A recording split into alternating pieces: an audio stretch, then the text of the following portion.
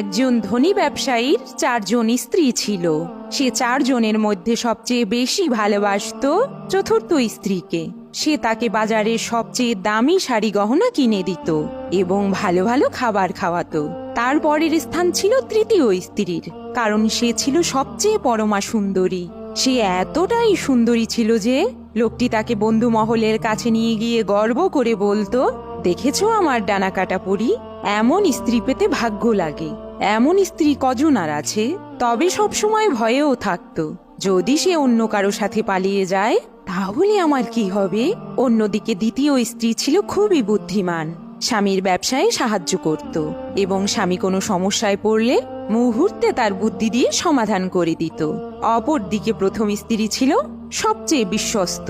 সে স্বামীর খেদমত করা থেকে শুরু করে ঘরের সমস্ত কাজকর্ম করত এবং স্বামীর ধন সম্পদও আগলে রাখত।